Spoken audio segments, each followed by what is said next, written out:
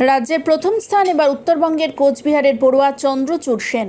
কোচবিহার শহরের রামভোলা হাই স্কুলে এবারে 2024-এর মাধ্যমিক পরীক্ষার্থী হিসেবে পরীক্ষা দিয়েছিলেন। রাজ্যের মধ্যে প্রথম স্থান দখল করেছে চন্দ্রচূড় সেন, তা কল্পনাও করতে পারেননি সে। এদিকে মাধ্যমিকের ফলাফল ঘোষণা হতেই বোর্ডের তরফে তার নাম ঘোষণা হতেই খুশিতে আত্মহারা পড়ুয়া এবং তার পরিবার পরিজনরা। টিম্বার মার্চেন্ট আর তাছাড়া কন্ট্রাক্টর।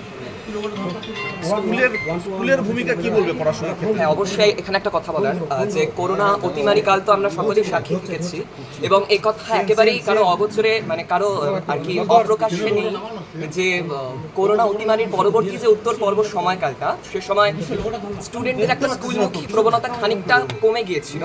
কিন্তু যাই হোক, পরবর্তীতে সরকারের প্রচেষ্টাই হোক কিংবা আমাদের শিক্ষকদের ক্রমাগত উৎসাহ সবকিছু নিয়ে আবারও কিন্তু আমরা স্কুলমুখী হই এবং তারপরেই স্কুলে গিয়ে সেখানে টিচাররা নিয়মিতভাবে আমাদের সাহায্য করতেন।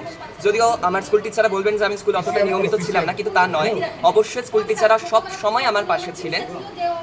তারা সবসময় আমাকে উপদেশ দিয়ে গেছেন এবং বলে গেছেন যে আগামীতেও অবশ্যই সাহায্য করে যাবেন। সুতরাং এভাবে আমি ভাব করি না যে স্কুলদের আলাদা ভূমিকা রয়েছে। আমি মনে করি এটা একটা যৌথ ভূমিকা, যার মধ্যে প্রত্যেকেরই একটা গুরুত্বপূর্ণ অবদান আছে। যারা এবার মাধ্যমিক দিবে তাদের কি সাজেশন করবে?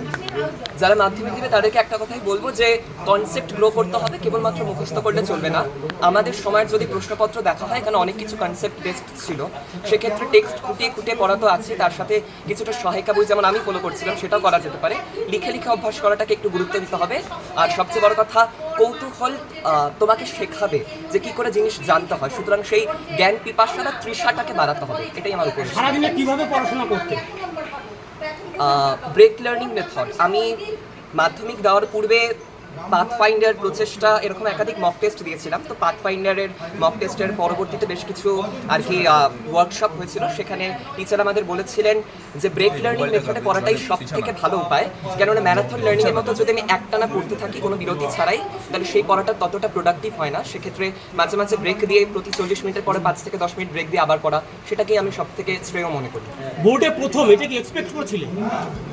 প্রথম এক্সপেক্ট একেবারে করিনি সেভাবে আর কি, তবে প্রথম 10 একটা কিছু করবো ভাবছিলাম।